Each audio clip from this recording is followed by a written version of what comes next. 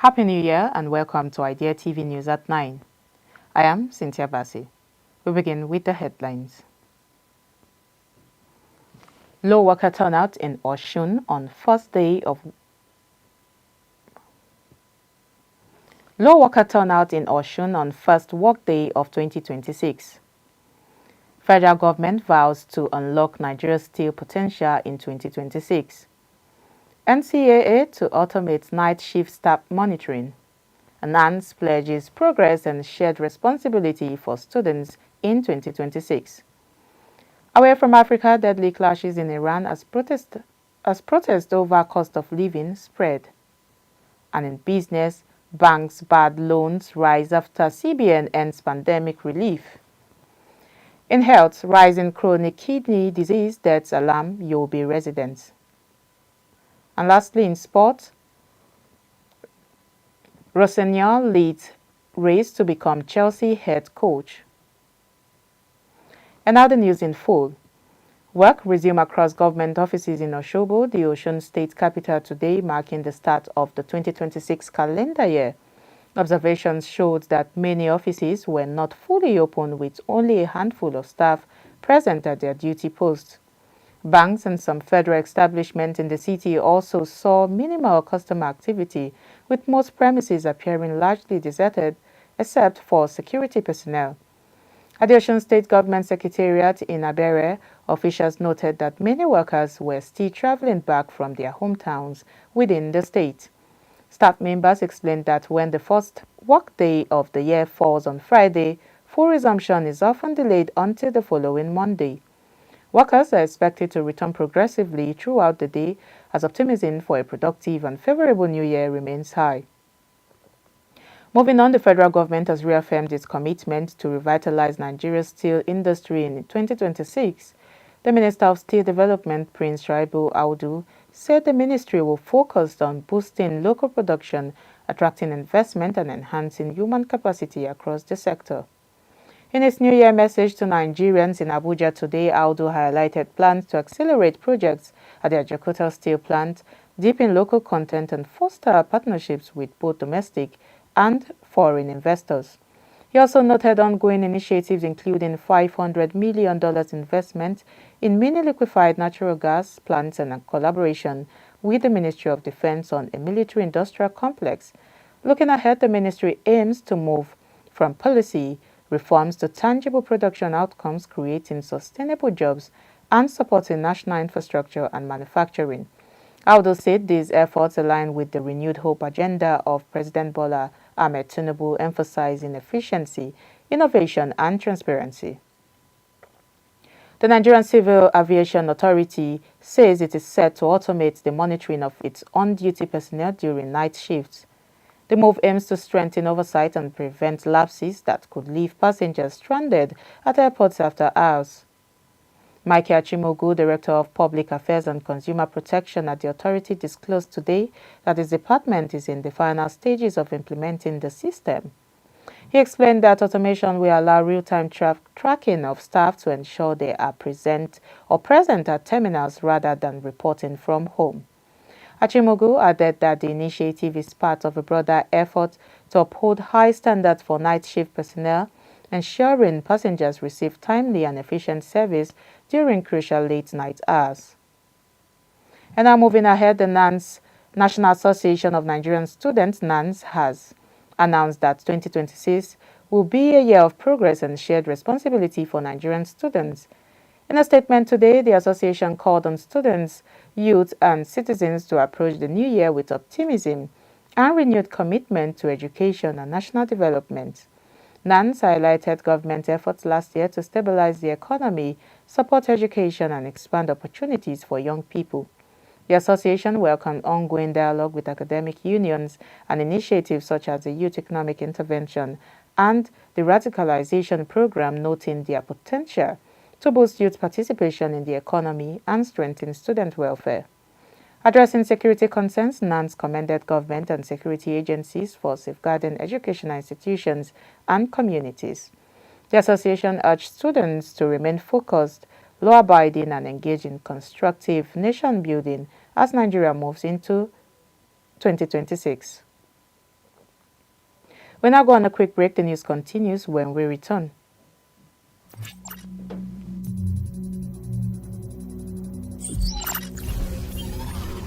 5G technology. 5G technology promises to be a game changer by delivering ultra-fast internet speeds, low latency, and the ability to connect millions of devices seamlessly.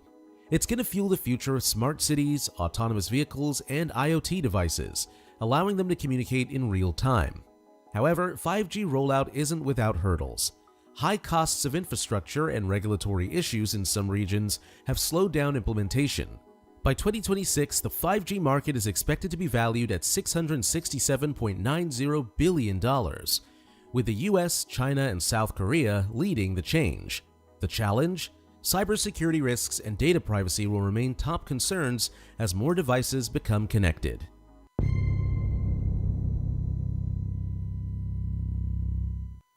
Welcome back. If you're just joining, this is Idea TV News at 9. Now the rest of this news. Away from Africa, growing unrest in Iran has turned deadly as protests over soaring living costs enter their fifth day. Security forces clashed with demonstrators in several cities including Lodgan, Azna and Kadash, with at least 6 people reported killed. Videos on social media showed cars set ablaze and running confrontations between protesters and police. The demonstrations began in Tehran last Sunday, sparked by a sharp fall in Iranian currency.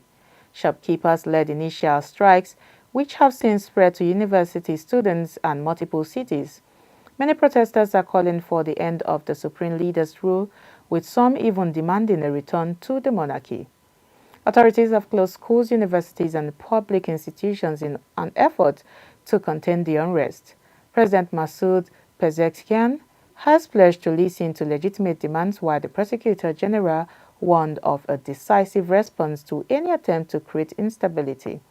Meanwhile, former United States President Trump warned the United States is locked and loaded to act if peaceful protesters are harmed. Now in business news, the Central Bank of Nigeria says bad loans in the banking sector rose in 2025 following the withdrawal of regulatory forbearance granted during the COVID-19 pandemic. The Apex Bank's report shows the non-performing loans ratio climbed to 7% above the 5% regulatory limit, as previously restructured loans now defaulted. Despite the increase, the CBN says the financial system remains broadly stable, supported by strong liquidity and capital buffers. The industry liquidity ratio averaged 65%, while the capital adequacy ratio stood at 11.6%, above the required thresholds. The bank limited the resilience to strong interest income, digital transformation, and ongoing recapitalization efforts. The CBN has directed banks under forbearance to suspend dividends, defer executive bonuses, and halt offshore investment until capital and provisioning levels meet standards. Analysts warned that rising non-performing loans could strain bank balance sheets, highlighting the need for stronger credit discipline and efficient loan recovery. And now in health news, residents of Gashao in Yobe State are raising alarm over a surge in deaths linked to chronic kidney disease. Families say the disease, often undetected until advanced stages, has claimed the lives of young and active community members. Limited healthcare facilities and the high cost of treatment outside the town have worsened the crisis. A preliminary state government-sponsored study led by Professor Mahmoud Maina from Yobe State University has revealed high levels of heavy metals, including cadmium, lead, and arsenic in water consumed by residents. The research indicates that these environmental toxins, combined with conditions like diabetes and hypertension, are driving the high incidence of kidney disease, with fishermen among the most affected due to prolonged river exposure. Local leaders are calling for urgent government intervention, including clean water provision, dialysis centers, and public awareness campaigns. The Yobe State Commissioner of Health, Dr. Muhammad Lawan Ghana, confirmed that dialysis services are now free and emphasized ongoing efforts to address the crisis, with a full report on the study expected in January 2026.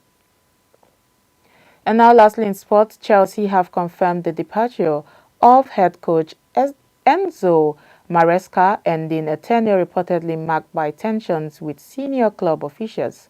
The decision was announced on Thursday, with Academy Director Carlo McFarlane set to take temporary charge for Sunday's Premier League trip to Manchester City. Liam ROSENIOR, currently manager of Strasbourg, has emerged as the frontrunner to take over permanently.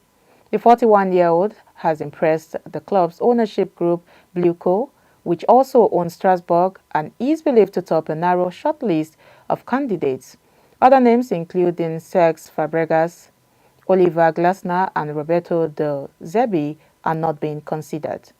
Reports indicate Maresca clashed with Chelsea's medical and technical departments over player management and club oversight.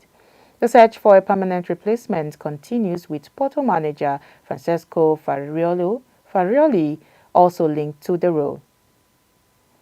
And that is all we have for you on Idea TV News at 9.